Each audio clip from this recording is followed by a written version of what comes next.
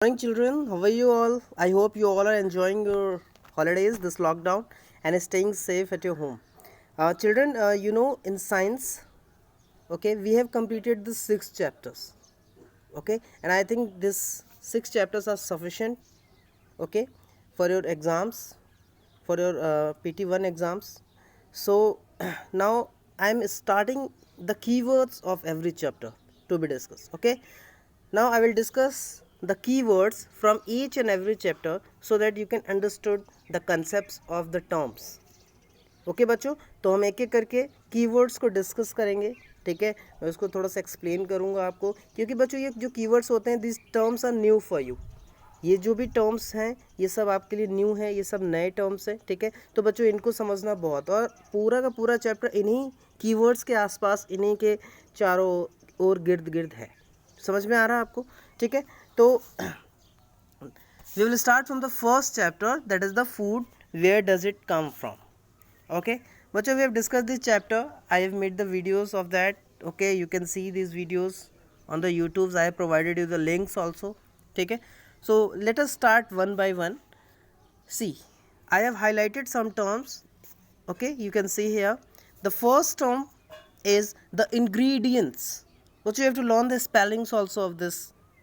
Okay, you have to learn the spellings also. Write it down five times these words. Okay, so that you are able to learn the spellings of this. So the first one is the ingredients.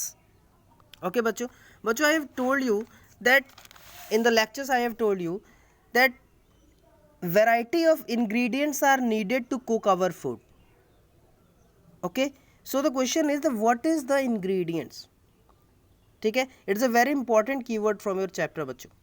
ठीक है, see, the ingredient means the different spices, raw materials required to cook any food or dish. So basically it is a raw material required to prepare the food. Simple, got it? For example, if you have to cook the boiled rice, what raw material will you need? You will need the raw rice and water. Okay, so what are the ingredients of boiled rice? The ingredients of boiled rice is raw rice and water. ठीक है, सीधे शब्दों में बच्चों, कोई भी भोजन पकाने के लिए, ठीक है, जिस रॉ चीज़ों की ज़रूरत होती है वही आपके इंग्रेडिएंट्स होते हैं.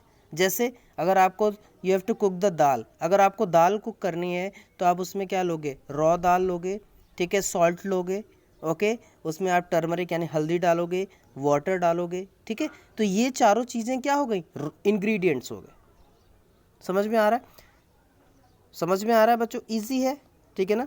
तो these all are the ingredients, they are needed to prepare a specific dish. कोई भी स्पेसिफिक डिश आपको प्रिपेयर करने के लिए इन इंग्रेडिएंट्स की ज़रूरत होती. Now you got the point. Easy है बच्चों. ठीक है, चलो, तो ये हो गई बात इंग्रेडिएंट्स की. ठीक है, आगे चलते हैं. नेक्स्ट है हमारा एडिबल. जो नेक्स्ट टर्म है दैट इज व्हाट? एडिबल.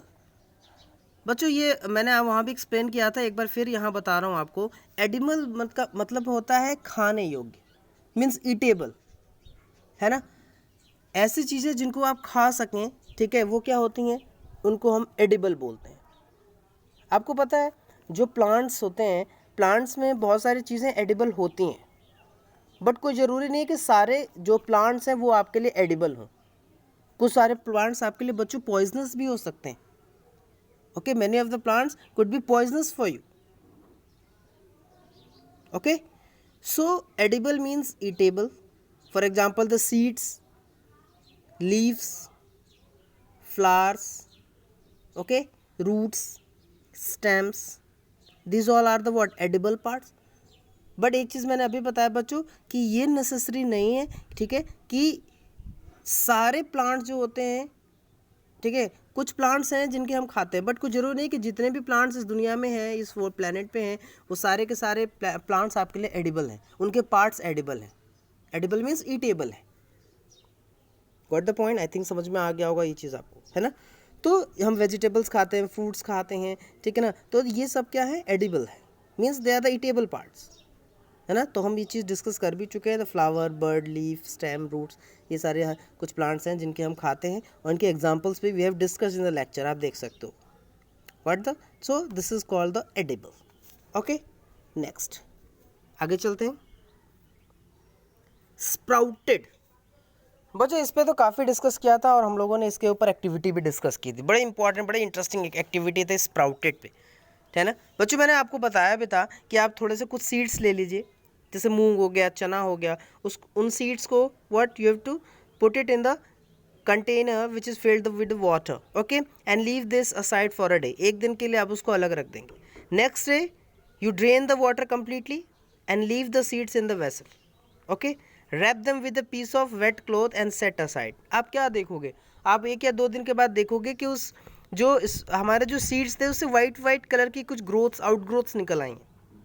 देखा है कि नहीं देखा है, ठीक है ना। तो उन सीड्स को अब हम क्या बोलेंगे, sprouted seeds.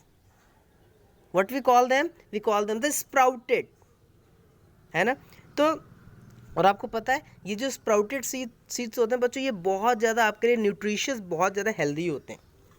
Yes, they are very nutritious and very healthy in comparison to the normal seeds, है ना। तो बच्चों this is called the sprouted. जैसे मूंग दाल हो गया, चना हो गया, है ना, इनके आप स्प्राउट्स बना सकते हो और इतने ज़्यादा न्यूट्रिशियस होते हैं। And you know they are the very rich source, the sprouts are the very rich source of proteins and they are easy to digest, ठीक है। You can make a salad, you can make a chaat from these, adding more ingredients such as the onion, tomato, salt, pepper, lemon juice, okay, and you can enjoy this healthy snack with your family or friends and try to make it, okay। आप घर में इसको बनाने की कोशिश करो, आप sprouts जो है स्प्राउटेड करके और उसके बाद उसको चाट या कुछ सैलेड्स के रूप में आप खुद से प्रिपेयर करने की कोशिश करिए घर पे, okay. So this is called what, sprouted.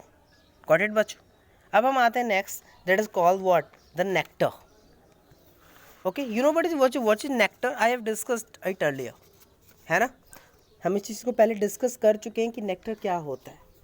आपको पता है नेक्टर को कौन कलेक्ट करता है? It is collected by the bees, honey बीज।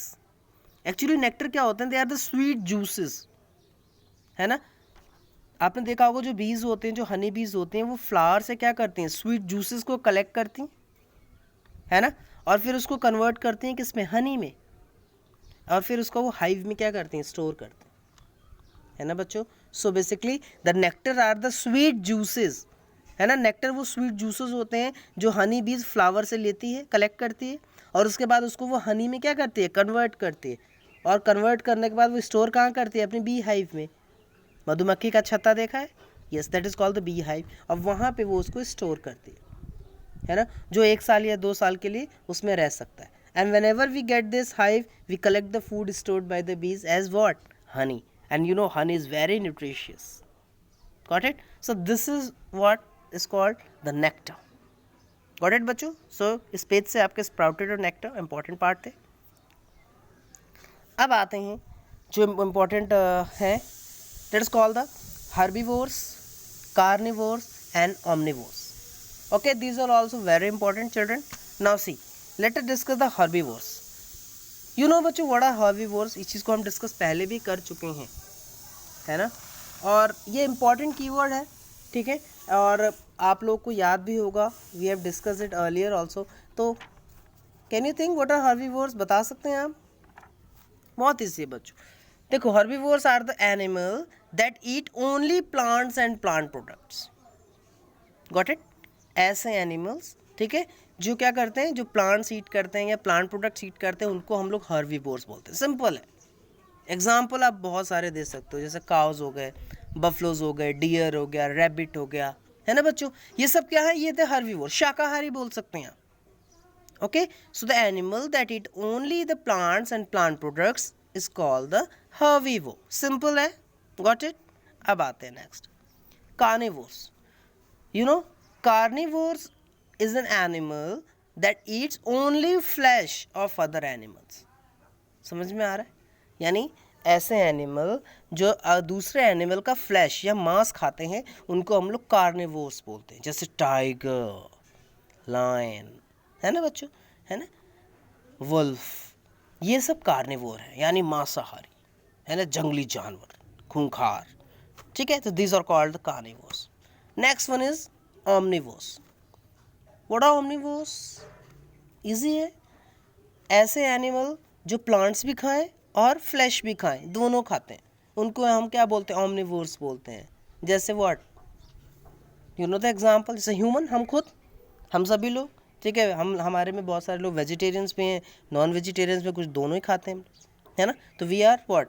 ऑमनिवोर्स, है ना? तो omnivores are those that eat both the plants and flesh of other animals is called an omnivore. Got it? So in this chapter we have discussed the keywords. See, at last the keywords are given: ingredients, edible, nectar, sprouted seeds, herbivores, carnivore and omnivores. बच्चों इनके अलावा भी कुछ और भी हैं, ठीक है, कीवर्ड जो मैंने आपको पढ़ाया था, ठीक है, जो इस चैप्टर से कहीं ना कहीं जुड़े हुए हैं, तो उनको भी थोड़ा हम ज़रूर देखेंगे, ठीक है। पहला है ऑटोट्रॉफ्स।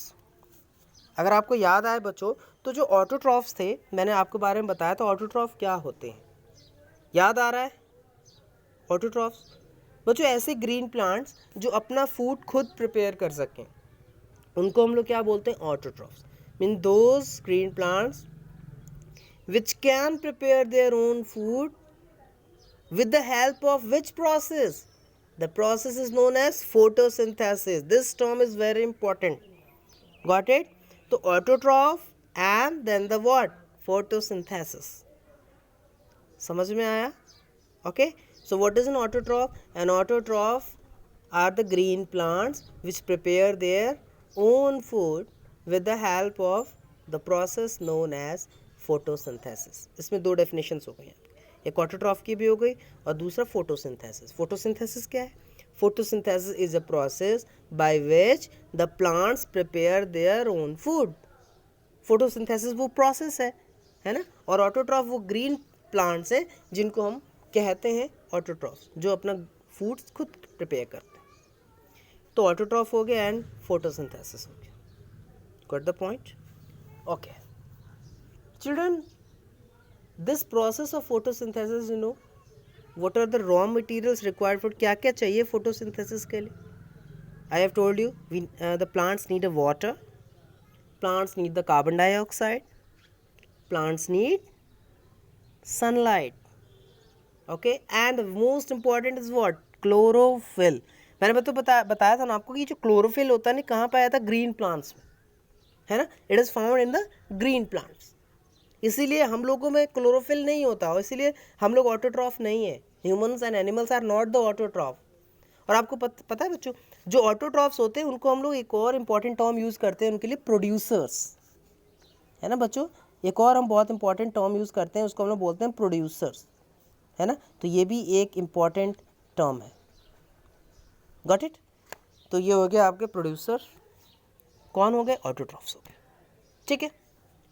फोटोसिंथेसिस हो गया। अब आते हैं, अभी हमने पढ़ा कि फीडिंग हैबिट्स के अकॉर्डिंग हमने जो है क्या किया था, डिवाइड किया था एनिमल्स को, ठीक है, जिसमें हमने हर्बीवोर, कार्निवोर और ऑमनिवोर्स देखे थे, है ना, कि क्या होता है ये टर्म्स। अब इसमें दो और टर्म्स है बच्चों, स्कैवेंजर्स एंड डिकम्पोजर्स, ठीक है, स्कैवेंजर्स एंड डिकम्पोजर्स। बच्चों स्कैवेंजर्स क्या होते हैं, समझ लो अच्छे से। An animal that eats only the flesh of animals that are already dead, यानी ऐसे एनिमल जो दूसरे एनिमल्स का फ्लैश या मांस खाते हों और दूसरे एनिमल जिनका वो खाएंगे वो क्या? ऑलरेडी डेड, यानी मर चुके हैं। कार्निवोर क्या है? वो शिकार करेंगे, उसको खाएंगे, है ना, हंट करेंगे। स्कैवेंजर्स वो होते हैं जो पहले से मर चुके हैं एनिमल, उनका मांस खाएंगे, उनको हम लोग स्कैवेंजर बोलते हैं, है ना। They do not Hunt the live animals ना, है ना। जो स्कैवेंजर्स होते हैं और डिकम्पोजर्स होते हैं, ये लाइव एनिमल्स को क्या हंट नहीं करते, जो ऑलरेडी डेड हैं, जो पहले से मर चुके हैं, उनका ये क्या करते हैं? उनका फ्लैश खाते हैं, इनको बोलते हैं स्कैवेंजर, है ना। एग्जाम्पल वल्चर हो गया, हाइना हो गया, है ना। This all are the example of scavengers. Next one is very important, decomposers children, ठीक है बच्चों। आज हम डिस्कस कर रहे हैं टर्म्स, ठीक है, कीवर्ड्स, इंपॉर्टेंट टर्म्स जो इस चैप्टर में जुड़े हैं, उन टर्म्स को जानना बहुत ज़रूरी है ना। इसीलिए आज इन टर्म्स और इनको डिस्कस कर रहे हैं, ठीक है।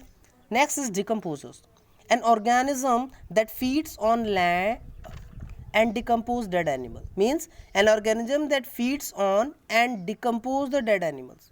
यानी डिकम्पोजर्स क्या करते हैं, ये डेड एनिमल को धीरे धीरे स्लोली डिकम्पोज करते हैं, स्लोली ख़त्म करते हैं उनको, है ना, एनिमल्स को या प्लांट्स को, तो उनको हम डिकम्पोजर्स बोलते हैं। Means an organism that feed on and decompose the dead animals and plants is called the decomposers. Examples क्या क्या हो सकते हैं बच्चों डिकम्पोजर्स के, जैसे मैंने बताया था माइक्रो ऑर्गेनिजम्स होते हैं, जैसे फंजाई हो गया, बैक्टीरियाज हो गए, ठीक है ना, ये क्या होते हैं, ये स्लोली धीरे धीरे धीरे धीरे डिस्ट्रॉय करते हैं, है ना, डेड एनिमल्स या प्लांट्स को, तो they are called what, decomposers. Got it. अब दो टर्म्स और इंपॉर्टेंट है बच्चों, ठीक है, मैं उनको भी बता देता हूँ जो मैंने मतलब डिस्कस किया था, ठीक है, लेक्चर में, ठीक है, तो उनको जानना बहुत ज़रूरी है। एक था सॉरी, एक था फूड चेन, याद आया बच्चों, मैंने फूड चेन के बारे में बताया, है ना। फूड चेन में क्या होता है, food chain shows how the plants, animal and human rely on each other for food, है ना। फूड चेन हमें ये बताता है कि कैसे प्लांट, एनिमल और ह्यूमन जो है एक दूसरे पे निर्भर है, डिपेंड करते हैं, है ना। तो ये एक तरीके से चेन होती है दैट शो, जैसे फॉर मैंने आपको एग्जांपल बताया था, ठीक है, कि जो कैटरपिलर होता है वो प्लांट्स पे डिपेंड करता है ना। फिर कैटरपिलर को कौन खाता है, फ्रॉग ईट करेगा, फ्रॉग को स्नेक ईट करेगा, और स्नेक को आउल या ईगल ईट करेगा, तो एक चेन बनी हुई है यहाँ पे, है ना। तो फूड चेन बेसिकली बहुत इंपॉर्टेंट है, एक इकोलॉजिकल टर्म है आपके लिए, ठीक है ना, अ चेन, ठीक है, we can say a chain that shows how the plants, animal and humans rely on each other for food, okay, this is called what, the food chain. Got it बच्चों। अब last एक term जो मैंने use किया था, अगर आपको याद हो, it is called the dairy products. याद आया, डेयरी प्रोडक्ट्स क्या होते हैं, मैंने आपको बताया था, ठीक है, कि जब हमने डिस्कस किया था, वी हैव डिस्कस, तो मैंने क्या बताया था आपको कि बहुत सारे एनिमल्स ऐसे हैं, ठीक है, जो मिल्क प्रोड्यूस करते हैं, है ना, और ऐसे प्रोडक्ट्स जो मिल्क से बनते हैं उनको हम लोग डेयरी प्रोडक्ट्स बोलते हैं, simple, okay. The products made from milk are known as dairy products.